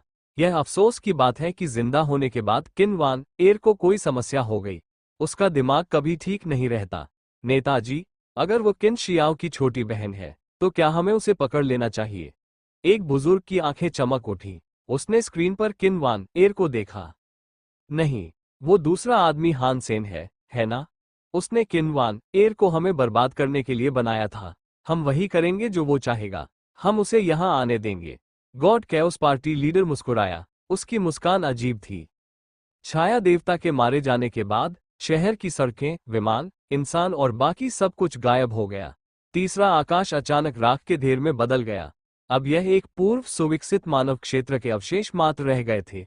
जहां भी नजर जाती बस दरारें और लावा की धाराएं ही दिखाई देती थीं। कभी कभी दूर दूर तक ज्वालामुखी फटते हुए दिखाई देते थे। ज्वालामुखी की धूल हर जगह थी। आसमान अंधेरा था, लेकिन बादल नहीं थे। ये धूल थी जो फटते हुए ज्वालामुखियों से उठ रही थी। जमीन ऐसी लग रही थी मानो प्रलय आ गया हो। हान सेन ने अपने आसपास के इलाके को तब तक देखा जब तक उसे एक देव मंदिर दिखाई नहीं दिया। देव मंदिर एक शीशे से बना था। वो शीशों से बनी भूल भुलैया जैसा लग रहा था। दर्पण कक्ष में एक साइन बोर्ड लगा था जिस पर 3 शब्द लिखे थे, छाया देवता मंदिर। ये छाया देवता का था जिसे अभी अभी पराजित किया गया था। हान सेन का दिल धड़क उठा। छाया देवता का मंदिर अभी भी वही था। छाया देवता पुनर्जीवित हुए या नहीं, इससे कोई फर्क नहीं पड़ता, लेकिन मंदिर का देव आधार तो अभी भी वही होना चाहिए था। 80% से 90% संभावना थी कि यह विनाश श्रेणी का देव स्थल था। हान सेन का दिल धड़क उठा। उसने मुठियां बींची और सीधे छाया देव मंदिर की ओर चल पड़ा। रक्त नाड़ी सूत्र और जुबान पीत सूत्र एक साथ चल रहे थे। दोनों डरावनी शक्तियों ने मिलकर विश्व विनाशक शक्तियां उत्पन्न की। उसने छाया देव मंदिर पर एक मुक्का मारा। हे भगवान, मैं तुम्हारे लिए आ रहा हूं, हान सेन का दिल चिल्लाया। धमाका। हान सेन की ब्रेक वर्ल्ड पावर ने शैडो गॉड मंदिर पर प्रहार किया, लेकिन शैडो गॉड मंदिर उस तरह नहीं टूटा जैसा उसने सोचा था। उसने एक लाल ब्रेक वर्ल्ड पावर को शैडो गॉड मंदिर पर प्रहार करते देखा, जो मृग तृष्णा में हजारों अन्य देवताओं के मंदिरों को प्रतिबिंबित करने वाले एक देवता मंदिर जैसा था। हान सेन को एहसास हुआ कि उसने खुद को ब्रेक वर्ल्ड से लगभग घायल कर लिया था। शक्ति। सौभाग्य से उसके शरीर की प्रतिक्रिया असाधारण रूप से तेज थी। वो अपने ही मौके से बच गया। छाया देव मंदिर ने विश्व तोड़ने वाली शक्ति को वानर पर वापस फेंक दिया, जो तेजी से अपनी ओर बढ़ रही थी। वानर ने उसे तोड़ने के लिए बस अपना हाथ हिलाया। हाँ, ये तो बहुत मजेदार है। हान सेन सिर्फ दौड़ने में ही अच्छा है, वो किसी और चीज में अच्छा नहीं है। एक बुजुर्ग हंसा। वो उतना ताकतवर नहीं है जितना हमने सोचा था, लेकिन वह अपने साथ ढेर सारा बोझ और तबाही लेकर आता है। उसने गॉड कैओस पार्टी और इस डरावनी औरत के गुस्से को भड़काया, और अब वो गॉड कैओस पार्टी पर कहर ढाने की कोशिश कर रहा है। इस आदमी को जरूर मरना चाहिए। तुम लोगों को उसे इतनी जल्दी कम नहीं आंकना चाहिए, किसी और ने कहा। उसने छाया देव मंदिर इसलिए नहीं तोड़ा क्योंकि उसे छाया देव मंदिर के बारे में कुछ नहीं पता। इसका मतलब यह नहीं कि वह ताकतवर नहीं है। जहां तक मैं समझ सकता हूं, उसकी विश्व तोड़ने की शक्ति 8 आकाश राजाओं को टक्कर दे सकती है। यह एक अलग तरह का विश्लेषण था। क्या तुम लोग भूल गए कि वह ग्रे इंच तलवार ले जाने में सक्षम था? इसका मतलब है कि उसकी इच्छाशक्ति बहुत प्रबल है। ऐसे लोग, भले ही वे कमजोर हों, अविश्वसनीय रूप से डरावने हो सकते हैं। हमें उसे कम नहीं आंकना चाहिए। जब ब्रॉडकास्ट पार्टी में सभी लोग चल रही घटनाओं पर चर्चा कर रहे थे, हान सेन की आंखें चमक रही थीं। छाया देवता मंदिर अजीब था। इमारत की दर्पण जैसी ईंटों में एक परावर्तक शक्ति थी। वे ब्रेक वर्ल्ड की शक्तियों को वापस परावर्तित करने में सक्षम थीं। मुझे नहीं पता कि शैडो गॉड टेम्पल वानर की शक्ति को विक्षेपित कर सकता है। अगर ऐसा संभव है, तो मैं वानर से निपट सकता हूं। हान सेन शैडो गॉड टेम्पल की ओर उड़ चला। उसे नहीं पता था कि वान एर क्या सोच रही थी, लेकिन ऐसा लग रहा था जैसे उसने हान सेन को पहचान लिया हो। वह अंतरिक्ष में घूमकर उसके पीछे चली गई। उसने हान सेन की पीठ के पीछे हाथ हिलाया। हान सेन पूरी तरह तैयार था, बल्कि वो जगह तो उसने पहले ही चुन ली थी। उसने जानबूझकर वान अ को वहां खींचा था, ताकि वह वहीं हमला करे। जैसे ही वान एर ने वार किया, हान सेन का शरीर पहले ही बच निकला। सुनहरी रोशनी उसके गाल के पास से होते हुए शैडो गॉड टेम्पल के पिछले हिस्से पर लगी। सोने की आग दर्पण जैसे मंदिर की सतह पर पड़ी। कई दर्पणों ने उस भयावह सुनहरी रोशनी को प्रतिबिंबित किया। इससे छाया देवता का मंदिर सूर्य की तरह चमक उठा। भगवान की रोशनी असल में विक्षेपित नहीं हुई। शीशों पर गहरे निशान पड़ गए। कुछ ही देर में वे सब मुड़ गए और टूट गए। ये देखकर कि छाया देवता मंदिर वानर की शक्ति को रोक नहीं पा रहा है, मंदिर टूट गया। हान सेन ने एक शब्द भी नहीं कहा। उसने बस इंच ग्रे तलवार निकाली और प्रकाश से छाया देवता मंदिर पर वार किया। कच्चा। हान सेन ने छाया देवता मंदिर को चीर दिया, जो पहले से ही टूटने की कगार पर था। मंदिर चकनाचूर हो गया। हान सेन ने देवता की वेदी को आधा काट दिया। विनाश श्रेणी के देव मंदिर को नष्ट कर दिया। विनाश श्रेणी के देव आधार को पाया। हान सेन ने देखा कि टूटी हुई देव वेदी पर एक देव आधार था। उसने झट से उसे उठाया और दूर चला गया। पूरी प्रक्रिया इतनी सहज थी कि वह पानी जैसी थी। वह साफ और तेज थी, कीचड़ की तरह घिसटती नहीं थी। ऐसा लग रहा था जैसे उसने लाखों बार इसका अभ्यास किया हो। यह आदमी बहुत ही घटिया है। जब गॉड कैओस पार्टी के एक सदस्य ने यह देखा, तो वह दांत पीसने लगा। हान सेन शैडो गॉड टेम्पल को तोड़ने में असमर्थ था, इसलिए उसने वान एर को उसके लिए ये काम सौंपा। जब वह अपना काम कर रही थी, तो वह लूट के लिए झपट्टा मारकर आया। उसने गॉड बेस ले लिया, जिससे वे बहुत क्रोधित हो गए। वो कमीना हथियार भगवान का गॉड बेस भी इसी ने चुराया होगा। इंसान वाकई बहुत अश्लील और बेशर्म होते हैं। किन शियू भी ऐसे ही थे। हान सेन भी ऐसे ही है। इनमें से कोई भी अच्छा इंसान नहीं है। नेताजी, मुझे लड़ने दो, मैं उस कमीने को मार सकता हूं। हान सेन को उसके व्यवहार पर कोई बुरा नहीं लगा। वो सोच रहा था, मैंने शैडो गॉड मंदिर को नष्ट कर दिया। हालांकि मुझे शैडो गॉड को मारने का नोटिफिकेशन नहीं मिला। इसका मतलब है कि शैडो गॉड मंदिर के अंदर पुनर्जीवित नहीं हुआ। मुझे आश्चर्य है कि क्या ये सिर्फ गॉड मंदिर की धीमी गति थी जिससे उसे पुनर्जीवित नहीं किया जा सका, या फिर वानर की शक्ति गॉड स्पिरिट्स को हमेशा के लिए नष्ट कर सकती थी। हान सेन के पास ऐसी पहेलियों पर सोचने का समय नहीं था। वानर अभी भी पीछे ही थी और उसकी गति धीमी नहीं हो रही थी। हान सेन ने जो कुछ भी उसके पास था, उसका इस्तेमाल किया। फिर भी वो उसे छोड़ने के लिए नाकाफी साबित हो रहा था। वो उदास हो गया और सोचने लगा, वानर मेरा पीछा क्यों कर रही है? क्या इसलिए कि मैं बहुत सुंदर हूँ? क्या मैं बहुत आकर्षक हूँ? वरना वो किन परिवार के पीछे क्यों नहीं जाती? वो मेरे पीछे आने की जिद क्यों कर रही है? मुझे। अब जब उसने इस बारे में और सोचा, तो हान सेन का दिल धड़क उठा। यह मेरे सुपर गॉड स्पिरिट मोड की वजह से तो नहीं हो सकता, है ना? मेरा सुपर गॉड स्पिरिट मोड उसकी शक्ति के खिलाफ है। हो सकता है कि वह अवचेतन रूप से किसी भी चीज को नष्ट करना चाहती हो जो किसी दिन उसके लिए खतरा बन सकती है। क्या इसीलिए वो मुझे नष्ट करने पर इतनी प्रतिबद्ध है? हान सेन जितना ज्यादा इसके बारे में सोचता, उतना ही उसे लगता कि यही वजह थी। वरना वान उसे जाने दिए बिना उसका पीछा क्यों करता रहता। 33 आसमानों में से हर एक विशाल था, लेकिन हान सेन की शक्ति यहीं तक सीमित नहीं थी। अपनी गैलेक्सी टेलीपोर्टेशन की मदद से वो 33 आसमानों में कहीं भी जा सकता था। इस सब में बुरी बात यह थी कि उसके पास अलग अलग समय और अंतरिक्ष परतों में टेलीपोर्ट करने का कोई तरीका नहीं था। उसे हर परत के हर प्रवेश द्वार को ढूंढना पड़ता था। उसे अकेले ही आसमान में जाना पड़ता था, जिसमें उसका बहुत समय बर्बाद हो रहा था। कुछ ही देर बाद हान सेन आखिरकार चौथी मंजिल का दरवाजा ढूंढने में कामयाब हो गया। फिर उसे 5वीं मंजिल, 6ठी मंजिल, 7वीं मंजिल वगैरह मिल गई। हान सेन बिना किसी के रोके आगे बढ़ता रहा। गॉड कैओस पार्टी के कुलीनों या मंत्रियों के न आने के अलावा हान सेन को रास्ते में एक झींगा और केकड़े का भी सामना नहीं करना पड़ा। बाकी 33 आकाश लगभग खाली थे। अपने विशेष आकाश के मूल निवासी आकाशीय जीवों के अलावा वहां एक भी आत्मा नहीं थी। लगता है गॉड कैओस पार्टी को पता है कि मैं क्या चाहता हूं। वे वान अ से आमने सामने नहीं लड़ रहे हैं। हान सेन ने भौहें चढ़ाईं। वो थोड़ा हिचकिचा रहा था कि उसे आगे बढ़ना चाहिए या नहीं। एक आसमान, एक दुनिया। हान सेन 9 आसमानों में घूमा, लेकिन गॉड कैओस पार्टी का कोई सदस्य नजर नहीं आया।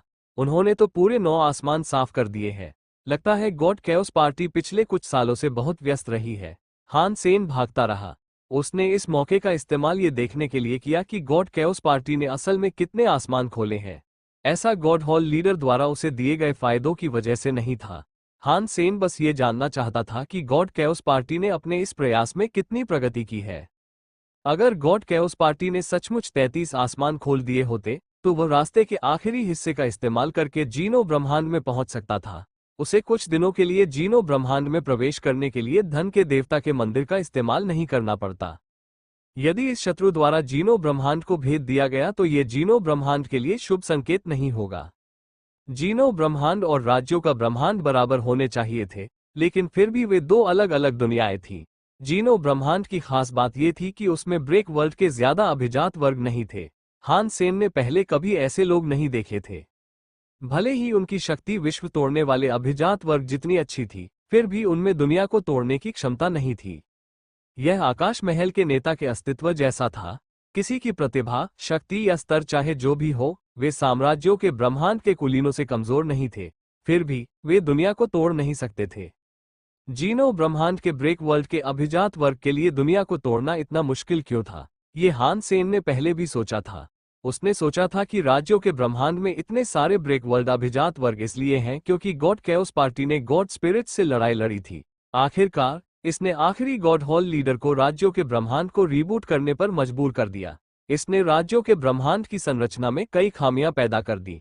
इन सभी खामियों के साथ इसने दुनिया को तोड़ना कहीं ज्यादा आसान बना दिया।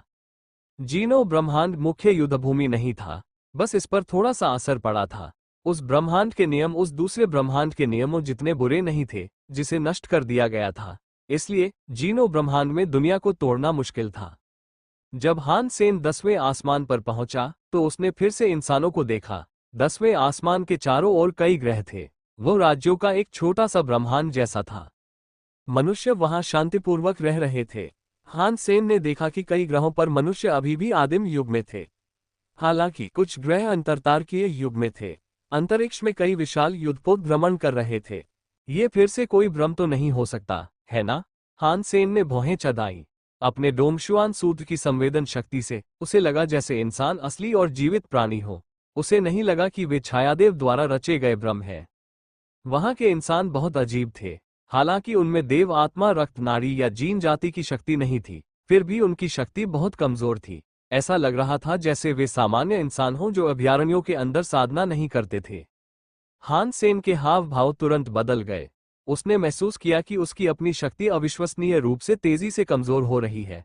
उसके डोमशुआन सूत्र का आभामंडल कुछ ही दूर तक पहुंच सकता था, लेकिन अचानक इतना सिकुड़ गया कि वो एक भी ग्रह को स्कैन नहीं कर पा रहा था। सिर्फ उसका डोमशुआन सूत्र ही इस तरह प्रभावित नहीं हुआ था, उसके शरीर की हर शक्ति भी ऐसी ही थी। सबसे डरावनी बात यह थी कि ऐसा लग रहा था कि वान एर भी प्रभावित हुई थी। उसकी शक्ति कमजोर हो गई थी। ये बात उसे उसकी देव ज्वालाओं से पता चल रही थी, जो कमजोर होने लगी थी। यहाँ ऐसी चीजें क्यों हैं? ये किसकी शक्ति है? हान सेन बहुत बुरा लग रहा था। वो मुड़ा और 10वें आसमान से निकल जाना चाहता था। यहाँ तक कि वान एर का reverse super God spirit mode भी प्रभावित हो रहा था। ये शक्ति बहुत डरावनी थी। जब हान सेन ने 10वें आसमान से निकलने का रास्ता तय किया तो उसने 10वें आसमान के निकास द्वार पर एक बहुत ही शक्तिशाली और दबंग राजा जैसा आदमी खड़ा देखा। हान सेन ने उसकी ओर देखा। यह कोई ऐसी शक्ति नहीं है जो किसी के पास हो, उस आदमी ने ठंडे स्वर में कहा। ये धूल आकाश की शासक शक्ति है। कोई भी प्राणी यहाँ अपनी शक्तियों का उपयोग नहीं कर सकता, यहाँ तक कि देव आत्माएं भी नहीं। अगर वे यहाँ आए तो वे साधारण प्राणी बन जाएंगे जिनके पास कोई शक्ति नहीं होगी। तुम कौन हो? हान सेन को लगा जैसे उसके शरीर की शक्ति कम हो गई हो। जिस गति से उसकी शक्ति उसके शरीर से निकल रही थी, वो एक साधारण आदमी बनकर रह गया था जो आधे घंटे में मुर्गे से भी कुश्ती नहीं लड़ सकता था। मैं गॉड कैओस पार्टी का नेता बरी पाथ गॉड हूं, उस आदमी ने ठंडे स्वर में कहा। हान सेन को पहले से ही इसका अंदाजा हो गया था। उस आदमी की बात सुनकर उसे कोई हैरानी नहीं हुई। वो बस बरी पाथ गॉड की तरफ देखते हुए वानर के हमले से बचता रहा। हान सेन को उस आदमी में कोई शक्ति नजर नहीं आ रही थी। वो देखने में किसी आम आदमी जैसा लग रहा था, लेकिन हान सेन को यकीन ही नहीं हो रहा था कि वो कोई आम आदमी है। हालांकि यह जगह धूल भरी आकाश थी, लेकिन वहां की शक्ति किसी भी प्राणी को साधारण बना सकती थी। साथ ही ये ईश्वरीय अराजकता पार्टी का बसेरा भी था। ये ईश्वरीय अराजकता पार्टी का नेता था। हान सेन को विश्वास नहीं था कि उसके पास धूल भरी आकाश की शक्ति से लड़ने की क्षमता है। यदि वो धूल आकाश की शक्ति को रोकने में असमर्थ होता तो हान सेन को नहीं लगता था कि वो वहां दिखाई देता। मुझे यहां से निकल जाना चाहिए इससे पहले कि मेरी शक्ति धूल भरे आकाश की शक्तियों द्वारा पूरी तरह नष्ट हो जाए। हान सेन का शरीर चमक उठा। उसकी आंखें चमक उठी। उसका शरीर अचानक बरीपथ देवता की ओर मुड़ गया।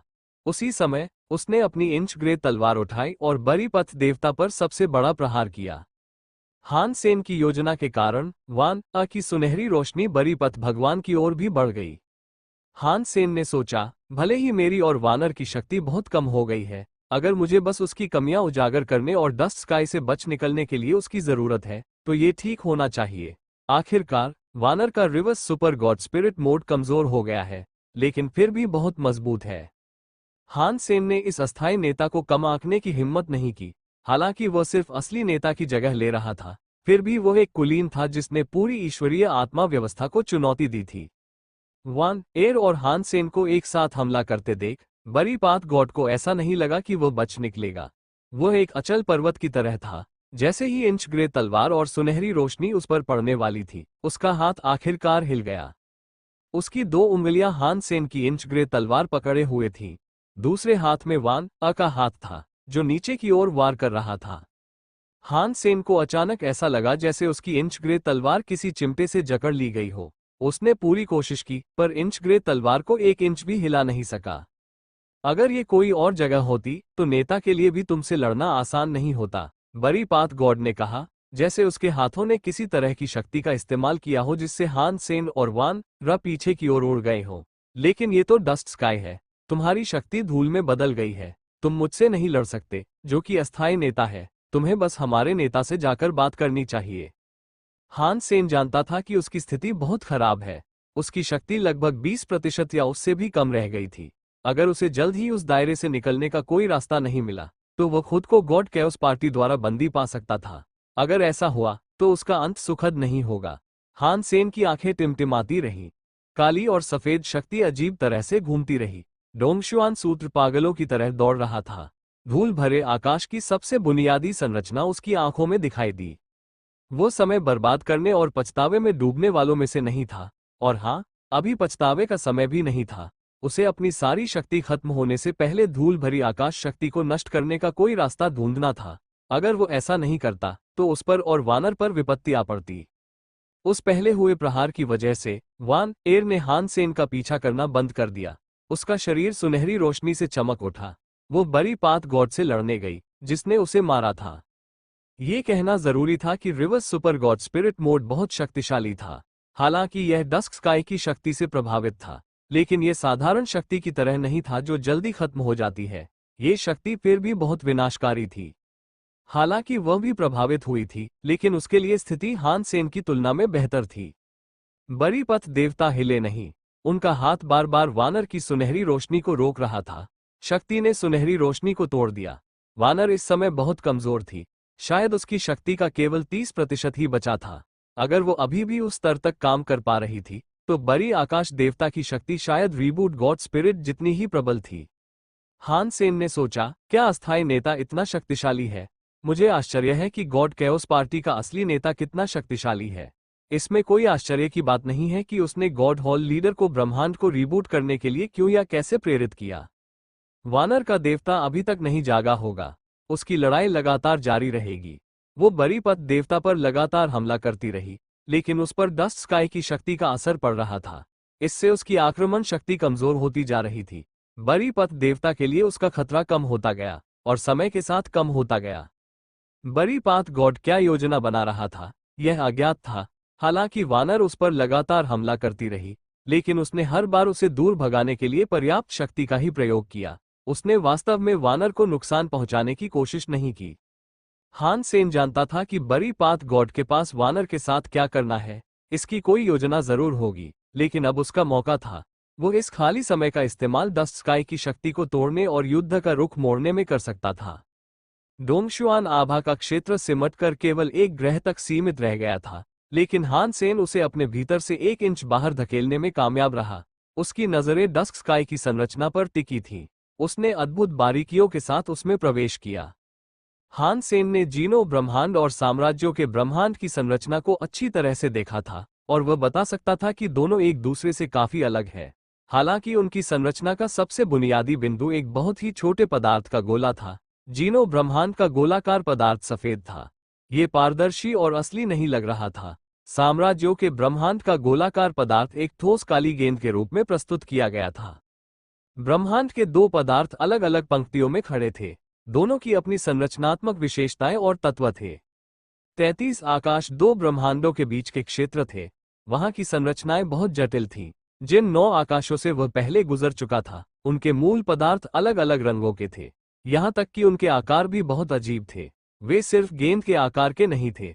पदार्थों का क्रम भी दोनों प्राथमिक ब्रह्मांडों से अलग था। सबसे हास्यास्पद बात यह थी कि हर आकाश की संरचना और पदार्थ अलग अलग थे। ऐसा क्यों था, इसके नियम समझना मुश्किल था। हान सेन के दिमाग में डस्ट स्काई बहुत अजीब लग रहा था जब उसने इसकी सबसे बुनियादी संरचना की जांच की। डस्ट स्काई की मूल पदार्थ संरचना एक गेंद के आकार की ताई चीज जैसी थी। यह आधा सफेद, आधा काला, आधा असली और आधा आभासी था। ये तेजी से घूम भी रहा था। डोंगक्सुआन आभा में हान सेन ने स्पष्ट रूप से देखा कि उसकी शक्तियां ताई ची जैसे दिखने वाले प्रतीक द्वारा अवशोषित की जा रही थीं। ये पदार्थ हर जगह मौजूद थे। वहां मौजूद हर चीज, हवा समेत, सबसे बुनियादी ताई ची पदार्थ संरचना से बनी थी। घूमता हुआ ताई ची पदार्थ एक भंवर या ब्लैक होल जैसा था। यह भावशून्य रूप से हान सेन और वान एयर के अंदर मौजूद शक्ति को निगल रहा था। यहां तक कि वानर का reverse super God spirit mode भी उस शक्ति की खपत को संभाल नहीं पा रहा था। बस उसके लिए खपत की गति थोड़ी धीमी थी। यदि ताई ची पदार्थ की साधारण शक्तियां एक स्वादिष्ट केक थी, तो वान एयर की reverse super God spirit mode एक हड्डी की तरह थी जिसे चबाना मुश्किल था। चाहे उसे चबाना कितना भी मुश्किल क्यों ना हो, फिर भी वो ताई ची पदार्थ द्वारा निगला जा रहा था। इससे वान एयर की शक्ति कमजोर हो गई। हान सेन ने अपनी ब्रेक वर्ल्ड शक्ति का इस्तेमाल करके ताई ची पदार्थ की शक्ति को रोकने की कोशिश की, लेकिन वह काम नहीं आया। ताई ची पदार्थ ही डस्ट स्काई का मूल सिद्धांत था। ताई ची पदार्थ से लड़ना पूरे डस्ट स्काई से लड़ने जैसा था। हान सेन की ब्रेक वर्ल्ड शक्ति उस स्तर पर नहीं थी जो इतनी प्रबल हो। इसका मतलब था कि उसकी शक्ति का बहुत अधिक उपभोग हो चुका था। डस्ट स्काई के नियमों के विरुद्ध लड़ना कठिन था। बरीपत देवता की शक्ति धूल आकाश के नियमों द्वारा नष्ट क्यों नहीं होती? उन्होंने ऐसा कैसे कर लिया? हान सेन ने बरीपत देवता की ओर देखा और ताई ची पदार्थ को देखा जो उनके चारों ओर इकट्ठा हो गया था, लेकिन उनकी शक्ति को नष्ट नहीं कर रहा था। वो उनके साथ शांति से था। बरीपत देवता ने कुछ खास नहीं किया। उन्होंने ताई ची पदार्थों को पीछे हटाने के लिए किसी शक्ति का प्रयोग नहीं किया। हमेशा के लिए ठोस। हान सेन को बरीपात गॉड से कोई तरीका नहीं मिल सका, इसलिए हान सेन को इसे खुद ही सुलझाना पड़ा। फॉरएवर सॉलिड ने हान सेन के शरीर को ठोस अवस्था में रहने दिया, जो बदल नहीं सकता था, लेकिन ऐसी शक्ति ने उसकी उपभोग गति को और धीमा कर दिया। यह उसकी शक्ति को बाहर निकलने से नहीं रोक सका। इसका मतलब यह नहीं था कि फॉरएवर सॉलिड की शक्ति बेकार थी। फॉरएवर सॉलिड ने हान सेन के शरीर को डस्ट स्काई की शक्ति के नियमों से लड़ने के लिए मजबूर कर दिया था। अब हान सेन डस्ट स्काई में था। उसकी हर हरकत उसकी और ज्यादा शक्ति खर्च कर रही थी। डस्ट स्काई से लड़ने के लिए निकली शक्ति ताए ची पदार्थ द्वारा भस्म हो जाएगी। अगर हान सेन बिल्कुल भी शक्ति का इस्तेमाल नहीं करता तो उसकी सारी शक्ति खत्म हो जाएगी, इससे वापस लौटना संभव नहीं होगा। अगर हान सेन अपनी शक्ति का इस्तेमाल लड़ने के लिए करता तो उसके शरीर से निकलने वाली शक्ति नष्ट हो जाती। उसे इस समस्या का कोई हल नहीं सूझ रहा था। उसकी हालत भी वान र जैसी ही थी। हान सेन, तुम खुद को गॉड कैओस पार्टी का दुश्मन क्यों बनाते हो? बरी पाथ गॉड ने वान एर को रोकते हुए हान से पूछा। ऐसा नहीं है कि मैं गॉड कैओस पार्टी का दुश्मन बनना चाहता था, बल्कि तुम और तुम्हारी गॉड कैओस पार्टी ही मुझे मारना चाहती थी। मैं बस अपनी रक्षा के लिए जो कर सकता हूँ कर रहा हूँ। हान सेन जानता था कि समय की प्रतीक्षा करने से कोई खास फायदा नहीं है, लेकिन गतिरोध तोड़ने का शायद यही एकमात्र तरीका था। बरी पाथ गॉड से लड़ने में सफलता की संभावना कम थी। उसकी शक्ति 10% से भी कम बची थी। वो बरी पाथ गॉड को हरा नहीं सकता था। बरी पाथ गॉड ने हान सेन की बात का खंडन तो नहीं किया, लेकिन वह इस दावे का खंडन भी नहीं करना चाहता था। उसने बस ठंडे स्वर में कहा, अगर हालात वाकई ऐसे ही है तो मैं तुम्हें जीने का मौका दूंगा। अगर तुम गॉड कैओस पार्टी में शामिल हो जाओ तो हम सारी बुरी भावनाओं को माफ कर देंगे और अपनी दुश्मनी मिटा देंगे। हान सेन ने जवाब दिया, मैं लंबे समय से तुम्हारी पार्टी का प्रशंसक रहा हूं, लेकिन मुझे नहीं पता कि तुम्हारी कोई खास जरूरतें हैं जो मुझे इसमें शामिल होने से रोकेंगी या नहीं। लगता है तुम्हें मरने का डर नहीं है। बरी पाथ गॉड ऐसा इंसान नहीं था जो जिंदगी बर्बाद करना चाहता हो, लेकिन हान सेन में उसकी दिलचस्पी उतनी ज्यादा नहीं थी जितनी समझी जाती थी। यदि उसने हान सेन की शक्ति नहीं देखी होती, जिसमें उसने 8वें आकाश राजा हथियार देवता को मार डाला था, तो संभवतः वो हान सेन से बात करने के लिए 2 सेकंड से अधिक समय नहीं निकाल पाता। बरी पाथ गॉड ने एक हाथ से वानर की सुनहरी रोशनी को तोड़ दिया। उसके दूसरे हाथ में इंद्रधनुष था। उसकी रोशनी मानो आसमान को चीर सकती थी। वह हान सेन के ठीक सामने आ गई। बाव एर ने भौहें चढ़ाई। लड़ने की इच्छा से उसने छोटा लौकी हाथ में पकड़ रखा था, लेकिन हान सेन ने उसे रोक दिया। धमाका! हान सेन की ब्रेक वर्ल्ड पावर ने उस चौंकाने वाले इंद्रधनुष पर हमला किया जो आकाश और जमीन को चीरता हुआ दिखाई दे रहा था। उसका पूरा शरीर उड़ गया। उसने किसी ग्रह पर ऐसे प्रहार किया जैसे किसी तोप का गोला दागा गया हो।